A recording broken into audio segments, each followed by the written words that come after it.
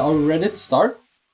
Yeah, I'm ready to go if you are. Yes, I'm ready. Because you already talked a lot during the Trash Taste podcast, I tried to kind of like go around so I don't do the exact same questions. So you mentioned that you were scouted by your director just like 3 months after you started your activity on Niconico. What do you think made you stand out among the rest on niconico? Well, he told me back then that he was looking for someone, a vocalist who could sing in English that he could work with. And he was at the time looking around online. And since Nico Nico Doga was really popular, he had no idea what Nico Nico was in the beginning, but he was just randomly browsing the internet and around Nico Nico. He came across a creator, a Vocaloid producer called BuzzG, and he met BuzzG first. And then through BuzzG, he found my cover of BuzzG's song Gallows Bell. That was by complete coincidence. So he found me through BuzzG, and then he found my song and said, hey, is there a way that I can contact this person? And BuzzG contacted me through a direct message in Twitter. And that was how we started. But did you know BuzzG at the time? Yeah, when I covered his song on Nico Nico, it's kind of like a sort of secret manner to sort of give the Vocaloid producer a heads up that you're going to cover their song. So before I uploaded Gallows Bell, I direct messaged BuzzG and said, hey, I'm going to cover your song. Is that okay with you? So we had direct contact a few times. So yeah, that was how it started. Oh, I actually didn't know about that rule. It's not like everyone does it, but at the time, some people did that. Not everyone did, but some people directly contacted the creator of the song just in case, they didn't want to cause trouble over the rights of the song or, that kind of thing. So, yeah. Because, I mean, a lot of the creators do put up like a link so people can download the instrumental song. Yeah, you don't have to contact them. But for example, in my case, I did English lyrics transliterations. So that means that I'm going to change his lyrics. And so I wanted to ask for permission to be able to do that. If you're just going to cover the song as is, then it's probably not too big of a problem. But if you're going to change the song a little bit, then, or arrange it or something, it's better to ask for permission instead of just, doing without a heads up. Got it. Okay. Yeah. Since you got scouted pretty early on in your career, I guess you never really dived into kind of like the doujin comiket market scene, right? Yeah, to be honest, I've never been to comiket or those kinds of events. So yeah, it was only like maybe 3 months or so maybe 2 or 3 months into my sort of uploading career before I got a direct contact with the directors. So yeah, I was a newbie. It must have felt pretty kind of unreal to get recognized so fast. Yeah, I didn't really believe it at first when I got the direct message, but BuzzG isn't a guy who makes many jokes. He doesn't, contact you directly and say, hey, there's a director who wants to meet you, and say, haha, that was a lie. No, he's not that kind of person. So yeah, I had only to believe that direct message. But to be honest though, it took me about 2 weeks to give him an answer. I had to sort of think it out, and it took about 2 weeks for me to say yes. Oh, what kind of concerns did you have swirling around your head? Well, to begin with, of course, the first emotion that came up when I got the direct message was, oh my gosh, this is amazing. This is perhaps maybe, a big chance for me. But at the same time, I was only doing the cover songs for fun. And I was only doing it out of complete like experimental enjoyment. And so I wasn't sure if the direction the director would take me would be in the right direction. Because originally, when I wanted to become a singer, when I first came to Japan when I was younger, I wanted to be sort of what do you call, not like a cover artist or sort of a niconico artist, but a sort of Jrock, J-pop kind of singer-songwriter kind of artist. That's what I was originally intending to do. And so, I was sort of worried whether or not we could work together and still go in the same direction. Yeah. But when you were scouted, were you in New York or were you in Japan at the time? I was in Japan. Yeah, I had come to Japan for a while, and I originally came to Japan in order to pursue music. Yeah, it was a while after I came to Japan that I started the niconico, so yeah. Well, I guess you must have quite a lot of respect for Visual-kei for sparking your career. Definitely. He's like I don't know, but like my lifesaver right now. Without having met his music, the artist NANO would not be alive right now, so. On a side note, I actually met him during Comic-Con, so I felt really really? lucky. Yeah. Wow. Yeah, he's a really nice guy. He's just so polite, and he writes so many good songs, and he's such a genius, and yet acts like he's a complete amateur, and he's always so polite. Yeah, absolutely. So about being a utaite, I mean, you didn't really have to stay that long as an utaite. You got major quite quickly, so to say. Still, you have a pretty loyal fan base from the niconico days. Yeah, that is amazing. Yes, absolutely. And how do you kind of balance it? You have to kind of satisfy several types of audiences now. Is there anything that you actively do to try to please everyone? More so than now. The first few years, or actually maybe the first 5 years were more challenging in that sense, because after I met my director was not like a niconico sort of friendly kind of director. He wasn't, he worked in the regular industry, the regular sort of J-rock, J-pop industry. And so he didn't really know a lot of the internet stuff and like what the internet fans wanted. And to be honest, like the niconico fans and J-rock, J-pop fans are a little bit different from what they want and what their sort of enjoyment is in music. And so he didn't understand everything that the fans wanted.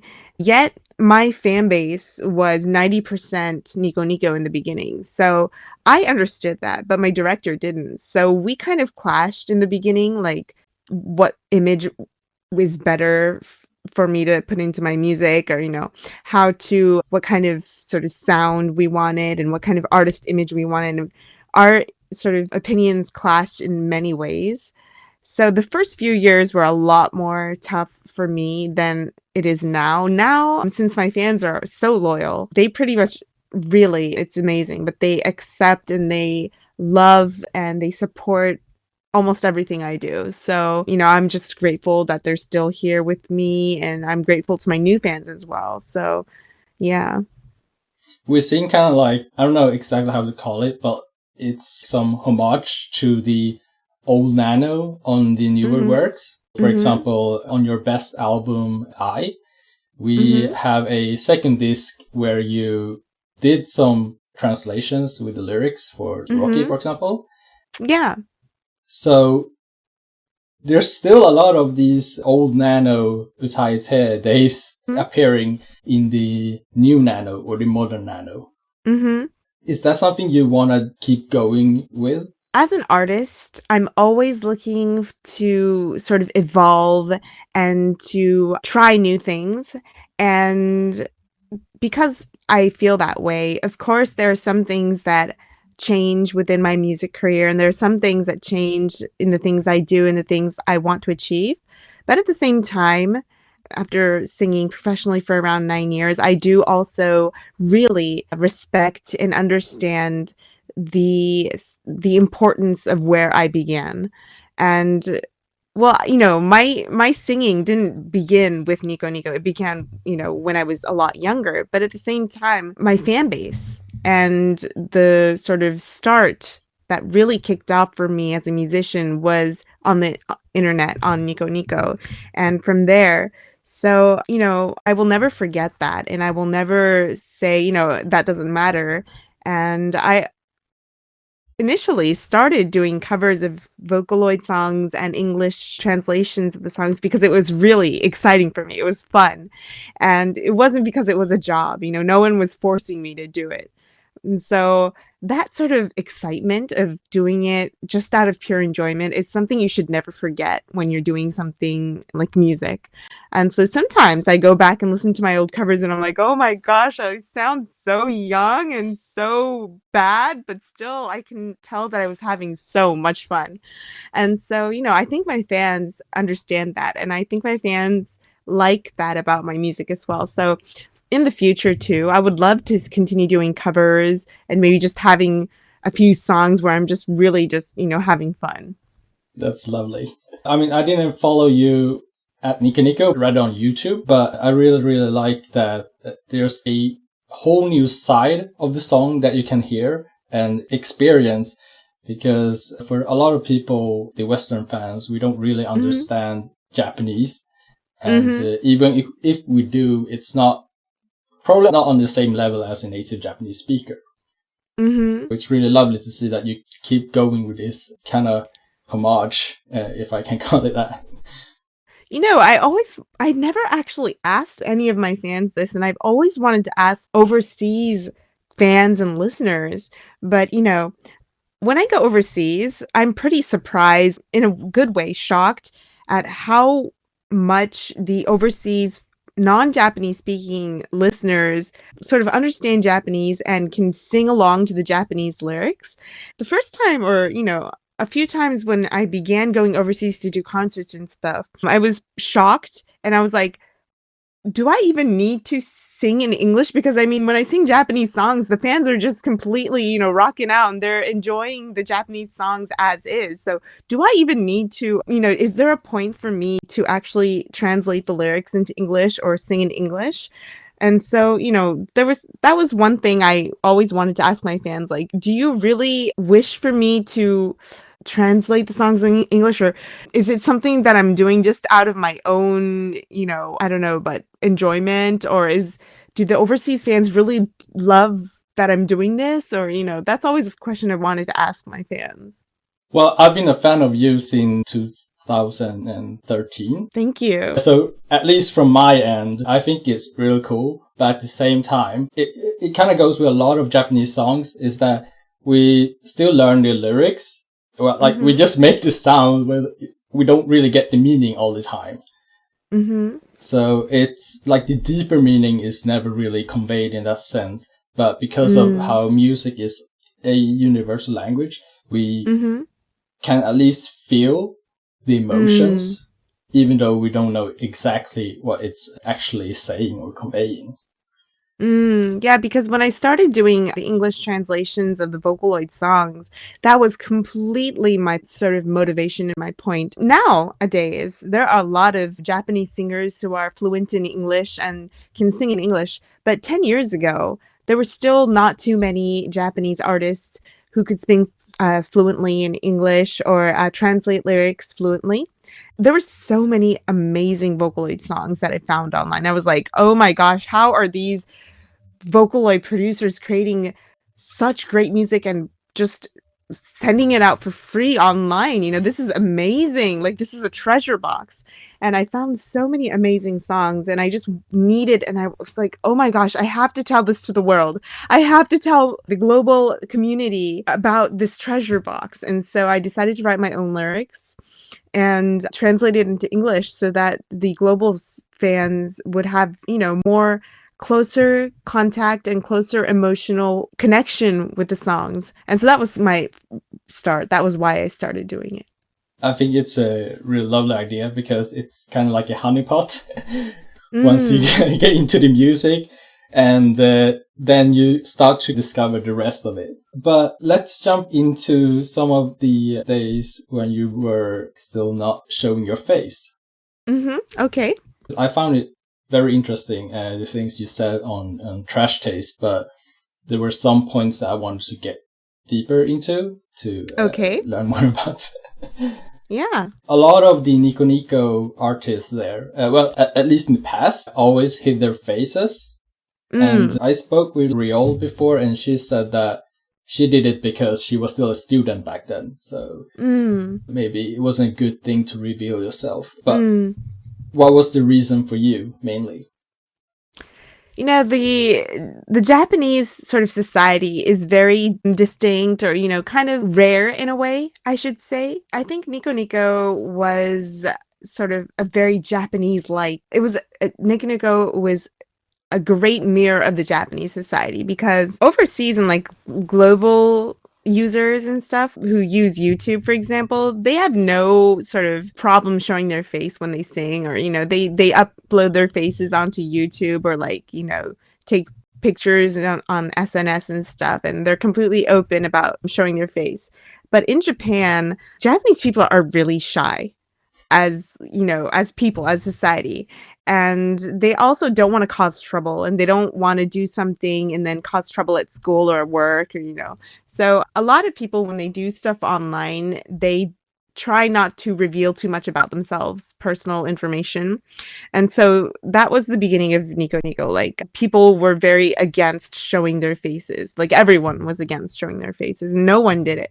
So naturally, everyone who was an utaite or a Vocaloid producer, it was like a natural thing. No one even doubted for a second, why am I not showing my face? Because everyone was doing that.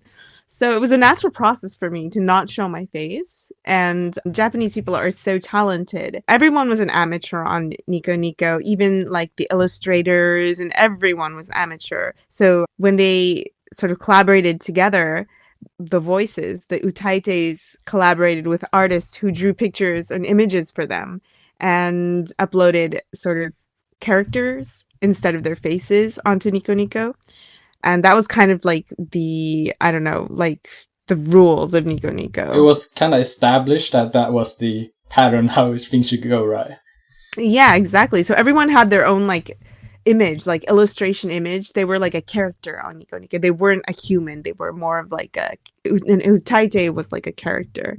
That was a natural process for me not to show my face. In the beginning, though, I was actually not used to hiding my face, and now I was trying to hide my face. So it was weird for me to get used to that. But at the same time, that enabled me to focus completely on my singing, and not, you know, having to think about, you know, oh my God, I look so weird when I sing, like, you know, and my expressions, or what do I have to, you know, what kind of image am I putting out or anything. You know, it was completely free for me to just sing the way I wanted to sing.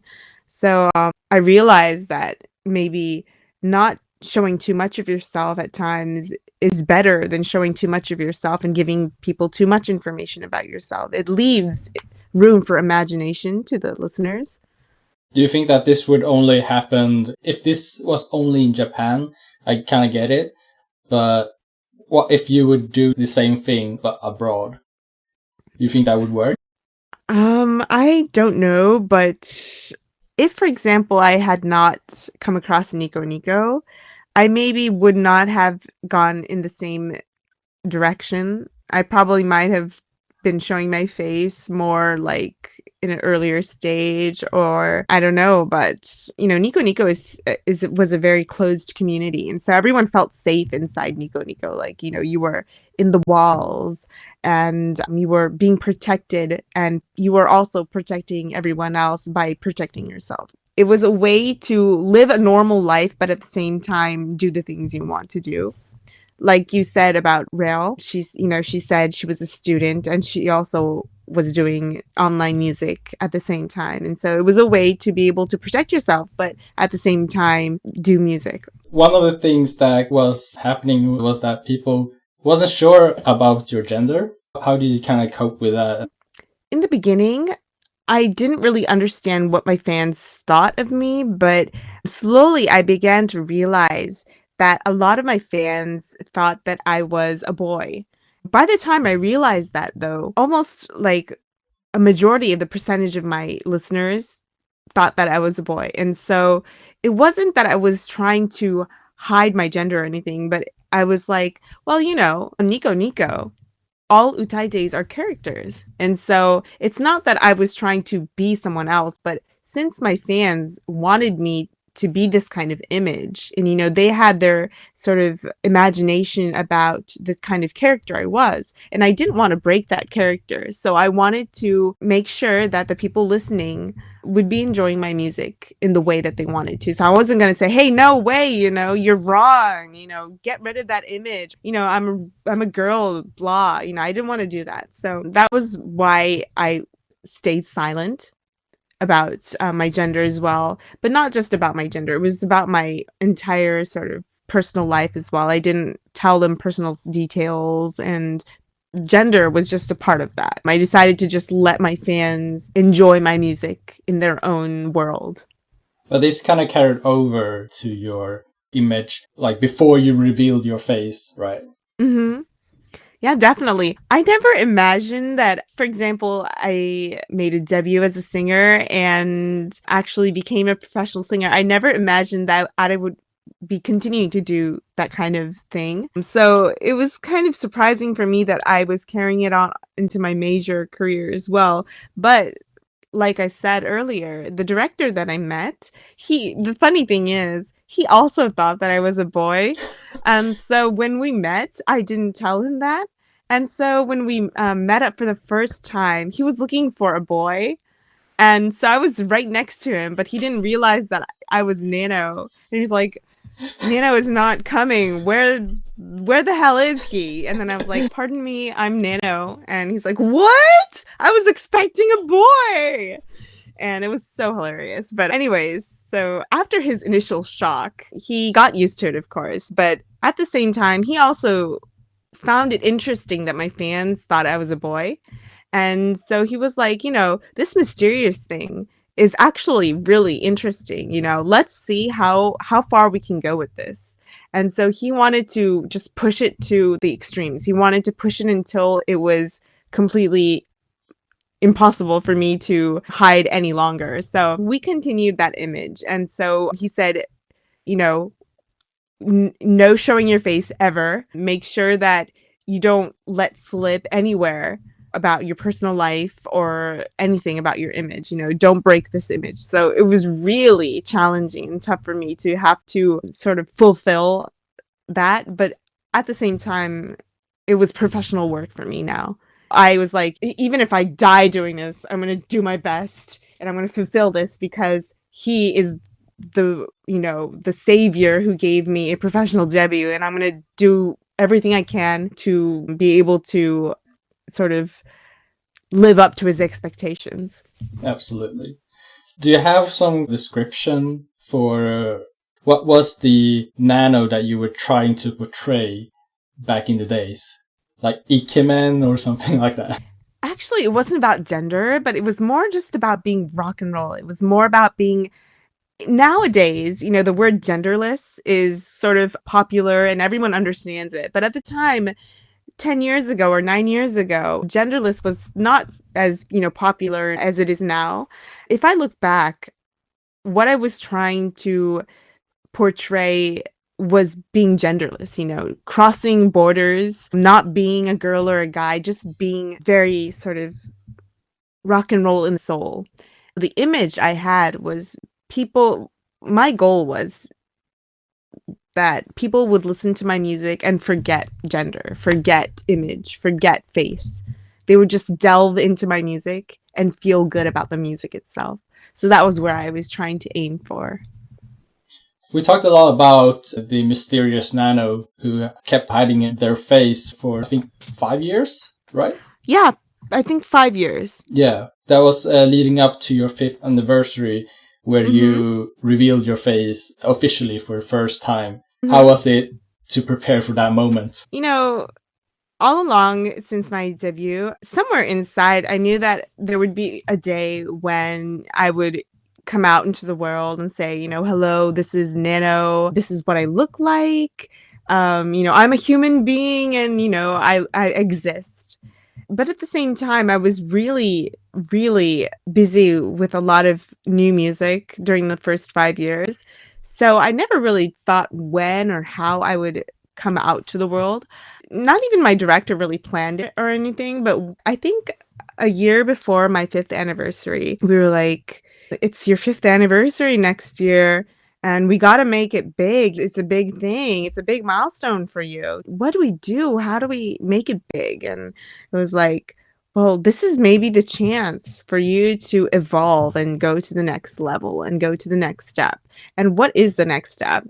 And I strongly felt, and my director felt as well, that the next step would be to step out into the world and to expand my horizons, to reach out to more and more people. To be able to do that, I would have to, come out and show my face because I wouldn't be able to do as many lives. The difficult thing about not showing my face was that I couldn't really meet a lot of people. I couldn't do too many interviews where they took my photos or lives where they took my photos. I was always the one that they had to edit out, or if they were doing a live broadcast, then I couldn't take part in that, and that was really, really heartbreaking for me because I wanted to be a part of that, but I couldn't. In order for me to expand my horizons, I had to say, this is what I look like, this is my face, please take any pictures, share it to the world, be free.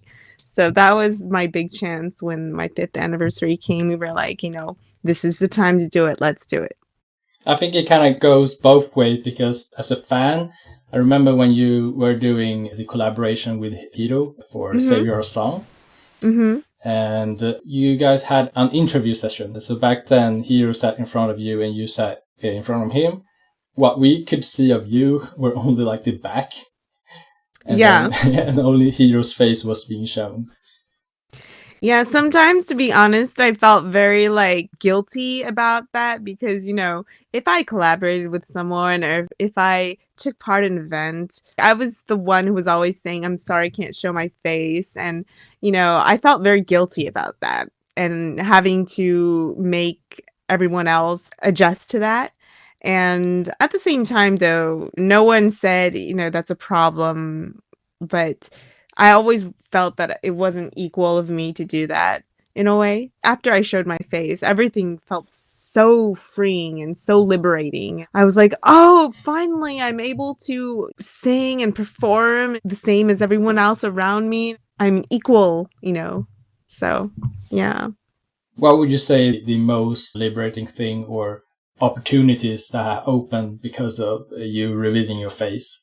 Slowly but surely, SNS began becoming very popular around 5 years ago. Like, people were starting to use SNS for more musical aspects and promotional aspects, and YouTube was getting bigger and bigger. Probably what was liberating was that I could take my own pictures and post it, or I could appear in interview videos with my face and do concerts without having to worry about having pictures or videos taken by fans and being uploaded. My staff didn't have to check the internet for weird photos of me being posted around. That was completely liberating. My fans are, in a way, I set my fans free as well because my core fans were very loyal to me and no one posted pictures of me anywhere.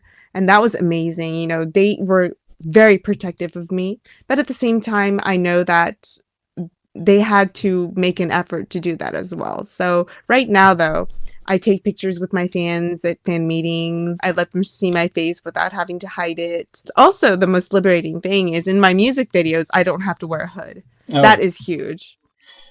You mentioned you were straining your neck. Yeah, that was the cause of my neck strain. So yeah. Okay, let's jump over and talk about your new album or upcoming album, ANTHESIS. So far, at least right now, we've seen a lot of teasers, and I would love you to explain what the concept of the album is.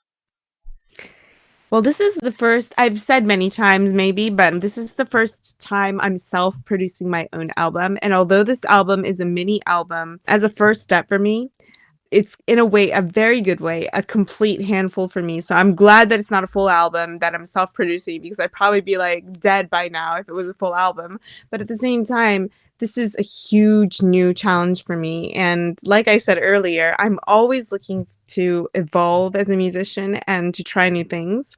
So I've been working with the same director for 8 or 9 years. And working with the same director is in a way very, very, there are good pros about it because you trust each other, you understand each other, and you don't even have to talk about it anymore. You know what they want, and you don't even have to explain your emotions. But at the same time, working with the same people also makes you feel too safe at times. And also, you stop trying for new things. This time, I really just wanted to try something completely 180 degrees new. In order to do that, I had to step out of my safety zone. I had to step away from the things that I thought were safe. That was why I decided to self-produce my own album and sort of liberate myself from the safety that I've been inside since my major debut. And so I'm not working with the same director on this album. A lot of new people are in my team right now that weren't with me when I made a debut. But at the same time, though, a lot of the musicians that I'm working with on this album are people that I've known from my niconico days. For example, like Buzz G and Neko, and also like the bassist Nakamura-kei. And I'm also collaborating with the illustrator who drew my character image for Now or Never. All these people that I've known for so long and trust are also working with me on this album. So it's really interesting trying something new, but at the same time working with people that I really trust and admire as well. That was the concept of the album, to break open, to liberate myself, but at the same time respect the path that I've come and respect the things that have created me as a musician. I definitely noticed that there was a lot of people involved who been helping you in the past. And I'm actually personally a fan of Neko as well. Ooh, awesome. Yeah, so I've been listening to his stuff for quite some time. So I was really surprised that you guys worked on this album together and composed all the songs. So why did you choose to work with specifically Neko? It's interesting because we've known each other for a really long time. And we've always said that someday we really want to work together, like really personally. And I've always respected Neko as a musician. He is a genius. I've probably, of all the people that I've met in my life, he is in the top 3 geniuses that I've met. He's not only a vocalist, he writes songs, he arranges, he plays instruments, and etc., etc., etc. And so he is a complete genius, and I bow down to it in many ways. When I first thought about creating an album or creating new music, he was the first guy that popped into my head. Oh, I want to work with him. And so even before the album was planned, I said, hey, Neko, can I talk to you? There's an idea that I have. And I told him about my plans about wanting to sort of evolve as a musician and wanting to try new sounds. At the time, though, he was doing his own thing. So he was like, I'm not sure if schedule-wise this is possible, but after a few months, he was like, yeah, let's do it. I really want to do this. Let's do this project together. And so that's where the album creation started. Without him, probably, maybe the album would not have been started in a sense. Wow. It's pretty crazy. I mean, you guys go really far then. Yeah. Way back before my major debut as a singer, we did cover songs together, and personally we were also friends. So not just doing covers, we chatted on, at the time it was Skype, I think. Skype is like dead now, but we chatted on Skype a lot. And for some reason, I don't know why, but he told me that he respected me as a musician as well. And he was like, at the time, I really want to do more music with you in the future. So I have no idea why a genius like him would call me a genius in return, but he respected me and I respected him. And so our connection lasted over the years, and it's still very strong right now. So that's awesome. You mentioned how you're evolving through this self-producing album here. You also mentioned before on your YouTube that people are going to see the new Nano. When you said new Nano, it wasn't just personality-wise or appearance-wise showing the new Nano, but also in the music aspect as well? More so in the music aspect than in the personal level, I think, because in the end, I live for music. Music is my life, and I express who I am through my music. So eventually, as a person, of course, I want to show the new Nano. But first of all, I want to show the new Nano in my music. And so this album is all about like everything I did in the album. If, for example, there was something that didn't click with me or didn't make me feel comfortable or didn't make me feel natural, then I was like, no, I'm not doing it because that's not natural. That's not Nano. Nano likes everything she does and loves the music she does. If I don't love what I'm doing, then that's not me. So that's not going to be a part of the album. I'm not making this album just to please somebody. I'm not making this album just to please the listeners. I'm making this album as an expression of who I am and what music means to me. This album, the concept in the end, is about me as a musician wanting to reach out to the people in the world and wanting to really, really make music that reaches people's hearts and supports people's hearts when they really need the power or the push or the light.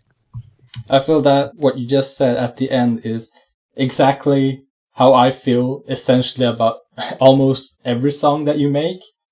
Oh, thank you. Like you get a real energy boost out of your songs. Mm. And I mean, your first song, Autobiography, is essentially your autobiography, right? Yes. You don't get any more personal than that. Yeah. Autobiography, the reason I wanted to create this song in the first place, and also the reason why it's my first song that I revealed to my listeners and to the world, is because it's sort of like, in a way, this song is not 100% new material for me. It kind of respects my old sound as well. It's not like completely, oh my gosh, who is this? What the hell? It's not completely away from what I've been doing in the past.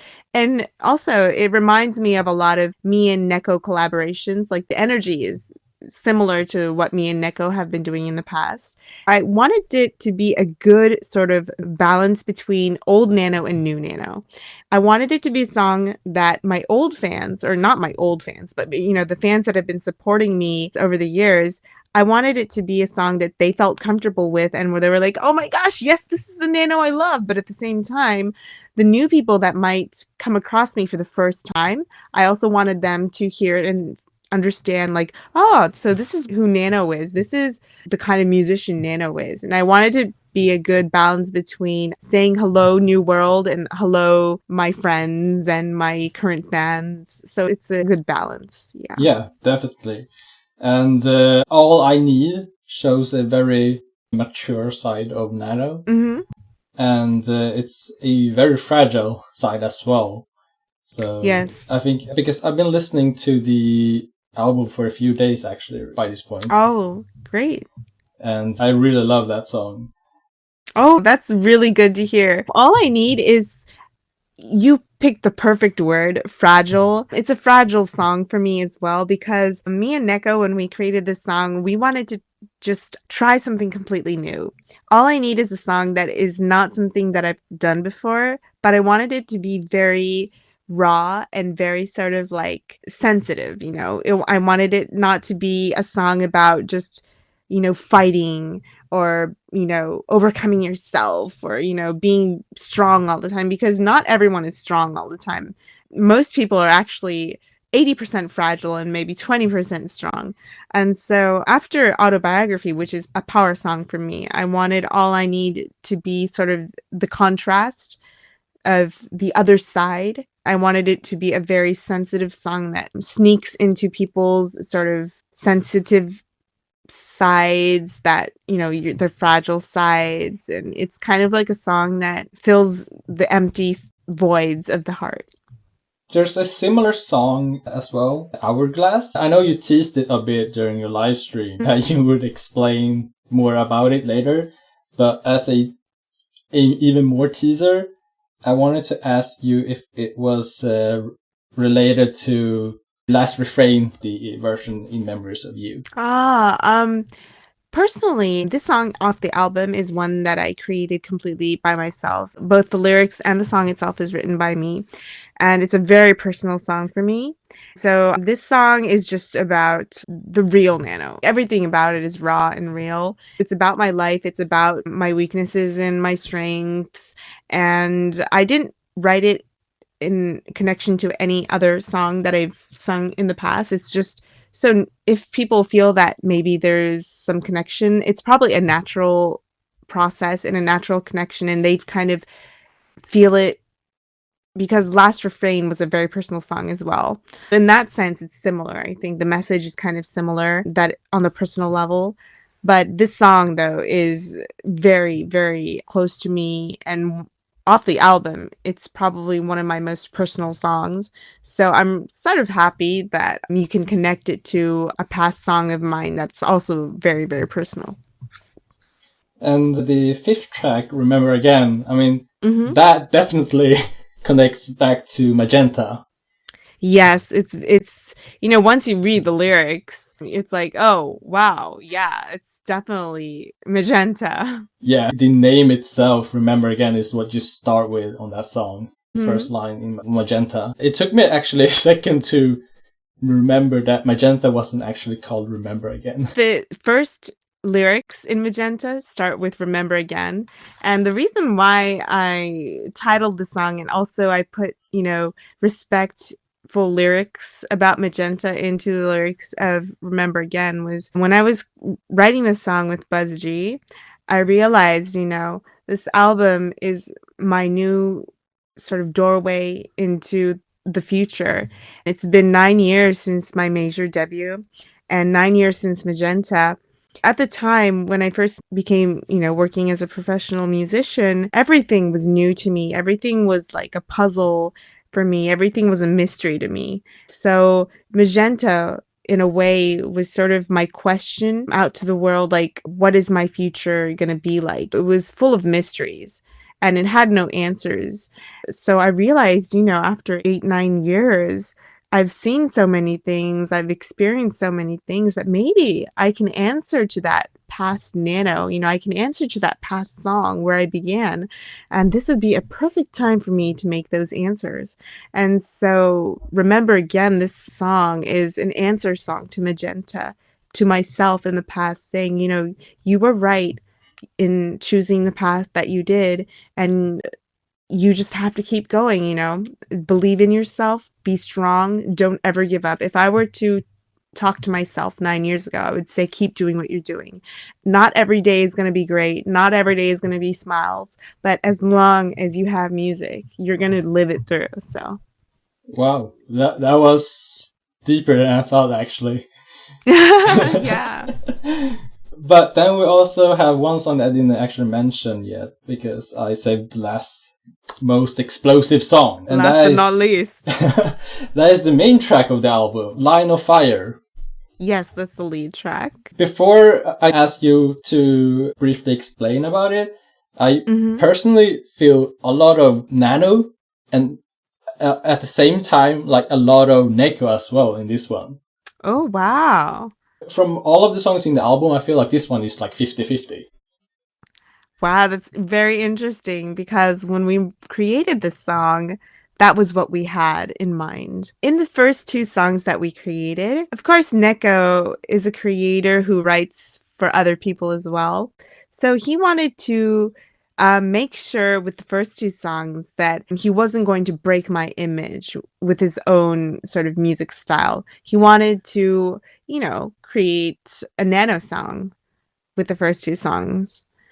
So he was very adjusting in a way, but with the song it was going to be my absolute sort of challenge song. Like it was going to be everything about this album. And I wanted it to be so powerful and amazing. In order to do that, I had to just completely break free from whatever sort of shell that I had personally. And I also, since I personally asked Neko to work with me and I wanted to work with him, I told him, this song, you don't have to make any adjustments for me. I want you to do what you feel is completely like what you feel from your soul. I want you to have fun with me with this song. So we're going to have fun creating this song, and we're going to forget rules, and we're going to forget like styles. We're just going to explode. Yo. So, and we totally exploded. Like, I did what I wanted. Yes, exactly. I did what I wanted. He did what he wanted, and it just put together made magic. And that was Line of Fire. So I told him, forget trying to please me.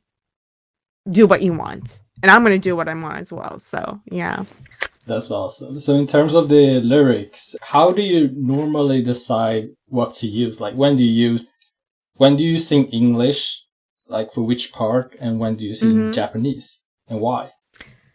It's completely feeling. If I'm like humming the melody and suddenly like English lyrics come out, then I'm like, oh yeah, English probably feels better here. And if Japanese lyrics kind of start slipping out, then I'm like, oh yeah, this is Japanese. But at the same time, for example, Remember Again, the song, I originally wrote it mostly in Japanese, but then as I was sort of recording the demo at home and singing it to myself, I was like, I feel this part should be in English, or like this part feels very weird for me singing in Japanese, or I feel more comfortable expressing this in English, so I change it up. It's just really mostly feeling, but at the same time, for example, when I'm doing an anime tie-up, then I have to adjust to what the anime side wants. Like if they say, yeah, we want it 80% Japanese and 20% English, then I'll try to fulfill that.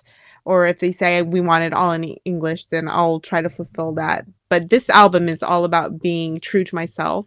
So everything is just completely about intuition and feeling. Inside My Core is a song that kind of stood out to me because normally in Japanese songs you would hear some English words slip in, but most of the time it's just 99% Japanese for the rest of the song.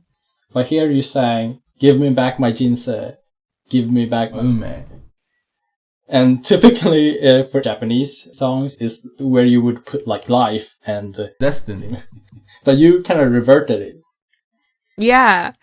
That was also sort of my challenge to try something new. And like, I wanted to do something that wasn't cool, to be honest. Like, a lot of people probably be like, oh my gosh, those are corny lyrics. But I wanted to do something really like different. I wanted to be uncool sometimes. I think sometimes it's better to be uncool than to try to aim to be cool. And that part was like, my sort of I don't know, but me being uncool and having fun and just making myself just like normally, because I'm bilingual in real life, I would never speak like that. I would never be like, oh my gosh, Jinsei is so exciting. I would never speak like that. I would be like, oh, that's yuck. Yeah. But in this song, I was like, let me try this. And in the beginning, though, it didn't come naturally to me. But as I was doing it, I was like, oh my gosh, this is funny. This is cool, So sometimes it's better to be uncool than to try to aim to be cool. Yeah. Yeah, I find it pretty interesting because I never seen it done that way. So for me, it was a positive thing. I didn't really think that it was uncool though. Oh, that's good. That's good. Then it was just me. Yeah. Okay, cool. So how much does the bilingual part of you actually influence the music you create in terms of like the overall sound of it and not just the lyrics itself? Well, for most of my younger years, I grew up listening to, global music and not Japanese music. So my roots exist in more like Americanized or UK rock and stuff. And so naturally when I sing, or naturally when I sort of songwrite, it tends to lean more toward non-Japanese music, like the sound. But at the same time, though, I chose to do music in Japan. And when I first came across like Jrock and J-pop and anime songs, I was so surprised at the quality of Japanese music and the sort of individualism and the excitement and the entertainment aspects of it. And I fell in love with Japanese music. So that's one of the reasons why I wanted to pursue a career in Japan and not like America, for example. And so my lyrics and my music style, I feel that I try to sort of mix the great aspects of both worlds, you know. There are a lot of things that I love about American music and European music, and there are a lot of things that I love about Japanese music, and those good parts, I try to make them into a puzzle. So, yeah. We previously spoke about you being discovered because one of the aspects was because you were able to sing in English. But outside of that, in your current days, what would you say is the perks of being able to speak both languages? Since, you know, in recent years, thanks to the internet, the sort of global lines between countries and like borders is very like getting thinner and non-existent. You know, you can connect with people no matter where they are in the world. And because of that, being able to speak in English and understand English and communicate with people in English is a huge plus because, you know, people can understand you and you can communicate with people without having like a translator there all the time. And I feel that I'm very grateful that I have two languages under my wing. And that's probably one of the biggest aspects. But at the same time, also, you know, there are people that are way more talented and can speak like 10 languages. But even having two languages in yourself helps you be more open to different cultures. It helps you accept different cultures and differences more, I think. So I'm glad that I was born in the US and spent a lot of the later years in Japan because I have the ability to sort of accept and be grateful for differences across countries and across borders. And I love cultural differences. I love people from no matter what country they're from. Like I can get along with anyone, you know. So I assume that you've been through some experiences that most people haven't because of your ability to speak both languages. And also because you live in New York and now you're living in Japan as well. How has that changed you as a person? Japan is pretty slow when it comes to becoming international. Japanese people recently are getting more globally sort of aware and they're trying to learn English and stuff. But Japan was really slow in actually trying to incorporate English more into the society. When I first came to Japan, hardly anyone spoke English, and there were no foreigners in Japan. If there was a foreigner walking down the street, people would be like staring at them like, you know, they were aliens. That for me, in a sense, was my identity, and I was very grateful to be able to be living in Japan, but at the same time, you know, understanding international things and being more globally open. But at the same time, I have gone through a lot of difficulties because of, you know, being sort of American raised and born and being Japanese in blood. Because, you know, in America at the same time, now, you know, everyone loves Japan in America. But back in the day, people were like, you know, seaweed, ew, raw fish, ew. You know, they were like, you know, not open to that kind of thing. So there were times when I did feel like, why am I Japanese? You know, I wanted to be American. But now I'm just very, very grateful for my identity. I want to speak a bit about the new Nano, the YouTube stuff that you've been introducing to the world recently. Since you're all about showing the new side of Nano, let's talk about Nano. Okay. So who is Nano? Who is Nano? I probably will not find the right answer for this until the day I die. Like when I die, I'm gonna be like, oh, I'm Nano. But until then, every day is a new adventure. Every day is a new discovery. So it's not like one day Nano is gonna be complete and unchanging. And if Nano were to be sort of in the dictionary, I probably couldn't write a description because it's gonna be ever changing. Nano is all about being curious, being open, evolving, changing. Nano could one day be this, but the next day be that. That's all about being Nano, is being changing. The people that listen to my music and are following me and fans of me, they might be like, it might be difficult for them to keep up with my changes, but at the same time, I want them to have fun. I don't want them to be bored with me. I want them to always feel like, what is Nano going to do next? I want them to be excited and on their feet. And so this YouTube channel, for example, is a way to do that, to keep people on their feet and to keep people entertained and to try new things. Like I couldn't do that just with music in the past. Music has its limits and you're not always able to do everything you want when it comes to music.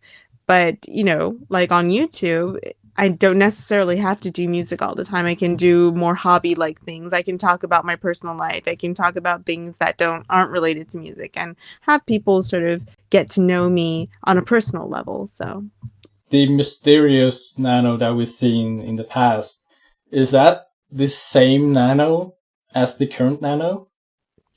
I think so, because at the time, even though I was trying to fulfill an image, at the same time, as a human being, I was very shy and I was very sort of afraid for people to get to know me too well. My shell was very hard. At the time, that was me personally as well. I probably didn't want people to get too close to me because I was scared that I was, not perfect. I was scared that people would be disappointed with who I was. And I didn't have like confidence in myself at the time. So that was also true Nano. But now that I've been singing for a longer time and I've been supported and loved by my fans and staff and team, I'm more confident than I was 10 years ago. And so this is who I am now, and I'm so happy to be able to personally connect with my fans on like SNS and YouTube and show my face and be not perfect all the time and say, hey, I go to the convenience stores in my pajamas, yay. So yeah.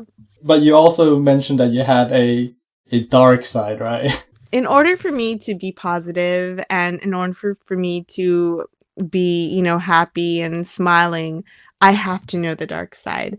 I think that you can't be happy and you can't really, really, truly be positive if you don't know pain, if you don't know shadow. And I think even in like scientific life, there is no shadow if there's no light, and vice versa. There is no light if there's no shadow. So the more pain you understand and go through, the more sadness the more, darkness I think the more light in the end.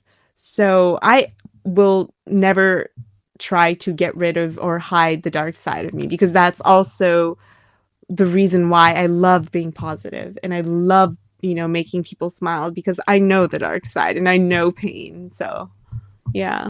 In correlation to the new Nano, we've seen that your logo went from lowercase letters and now we jumped to uppercase letters. Is that related to the changes?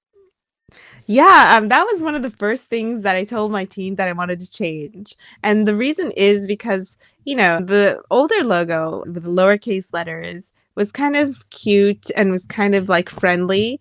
But I was like, no, I don't want to be friendly anymore. I want impact. I want to be powerful. And so I was like, make it all capital letters. And so, that's just me trying to be like really more strong and being more like, powerful. Yeah, and also your artist photos, they're so much more revealing now compared to your old photos. Yeah, there's nothing hidden in them. I mean, like, you can see everything. You can even see my pores, and you can see, like, You can see everything. Yeah, I think it's quite refreshing, at least for me, because of the old Nano hiding in their face all the time. Yeah, I mean, perhaps there may be times in the future when I decide not to show my face at times. I mean, that could happen. I could wear a hood again. I might make a music video or, something where I'm not in the video itself. I really do respect the mysterious side of me and my mysterious past as well. And that's never going to change. But with this artist photograph, I just wanted to show people who really Nano is without barriers and without editing and, everything you see is for real. That was my message. So, are you planning on uploading videos to your new channel regularly? Yes, we've taken a few videos already, and I plan to upload new stuff and new content regularly, both music and non-music content. So, I want my fans to just have a good time on the new channel as well and just have fun with me. Yeah. But I will never become just a YouTuber. I'm always going to be musician that also is a YouTuber, not the other way around. So Perfect. Not a lot of YouTubers speak both languages, at least Japanese YouTubers. So in your case, you have to switch between Japanese and English. How do you cope with that? It is tough. But also, I tell myself that it's good practice not to forget my English, because in Japan, I hardly use English. And so sometimes I tend to like, oh, wait, what's that word in English? Or like, my tongue isn't going around and, I'm tongue-tied. I'm telling myself that it's good practice to keep up my language skills. But at the same time, I also really, really want to reach out to the global community, not just the Japanese fans. I think it's really important for me to finally be able to use my English for good use. Up until now, I could only use it for my lyrics, but now I can actually use it to communicate with the world. So I'm really happy about that. This kind of ties in with you talking about the SNS stuff, right? Yeah. So it's all coming along. Yeah, it's exactly what I wanted to do. It's exactly what the goals and the dreams that I wanted to achieve. And, if I look back, I'm sort of, one by one, my dreams are coming true. And so it's kind of surreal and really happiness. Yeah. You mentioned Gact in your video that you enjoyed his work. Do you think that we'll ever see a collaboration between you and Gact? Wow, maybe in a million years, I don't know, but I would love to collaborate like with Trash Taste. I never imagined that I would collaborate with people, with like a podcast like Trash Taste. So who knows, I could collaborate with like random YouTubers in the future. That would be exciting. I would love to collaborate with a lot of people. That would be really cool. In terms of your personality, in the past you also mentioned that you were kind of in-home person, right? Mm-hmm. And how does that go along with you being so genuinely open and friendly as a person?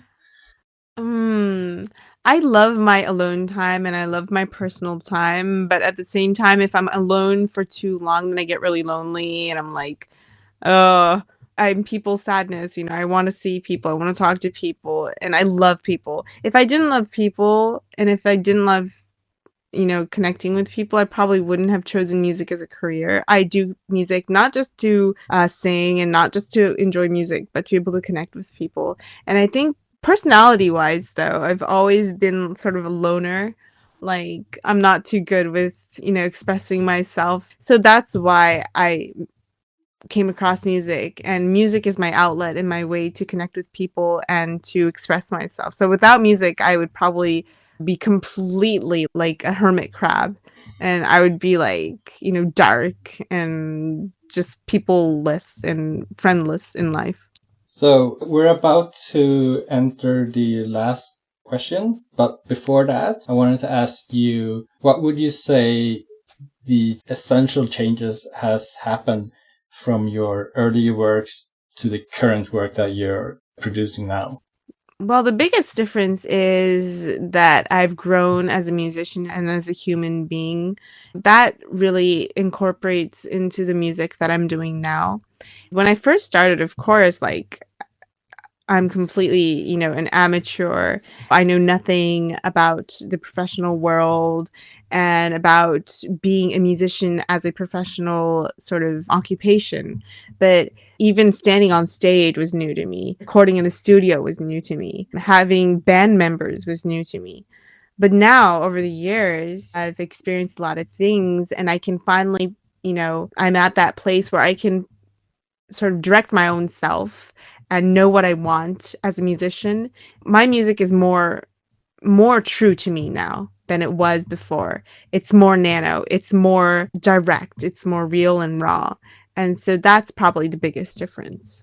There's a lot of confidence that I can feel from those words. Yeah. So, yeah, the last question, well, it's not really a question. I just wanted you to send a message to all your fans overseas or in Japan, anywhere in the world. Well, if I was able to say all the things that I wanted to say to my fans and to the people around the world, it would probably take about 10 years. So I'm going to try to make my words sweet and simple as possible. But the one thing that I really want to say is thank you so much for just getting to know my music, coming across my music, and just giving me like 5 minutes of your time to listen to my music. First of all, that's the most important thing. And then the second thing is thank you so much for being there for me and supporting my music throughout the years. And even the people that I'm going to meet from today, those people I'm so excited to connect with. And, I think music is the most powerful thing in the world that can connect people no matter where you are and no matter what generation it is. Even though, for example, COVID has made the world go through so much pain and struggling, music didn't die and music never stopped. Because of music, people stayed connected and people were able to get power through music when they needed it. I really felt that this past year made me even more grateful for having chosen music as my career. And so I just want to say, please turn to music when you're feeling down. Please turn to music when you're feeling like you need some sort of lighter power. And if my music happens to be that tool for you, then I'm so happy that you came across my music. So I just want to say thank you and keep rocking on, because I'm going to keep rocking on as well. Yeah. Rock on. Rock on. Thank you so much. Thank you so much for your time. You've been very generous. No, your questions were amazing. Your questions were so good that I talk too much. So, yeah. And I'll tell Neko that, you said hi. Oh, thank you.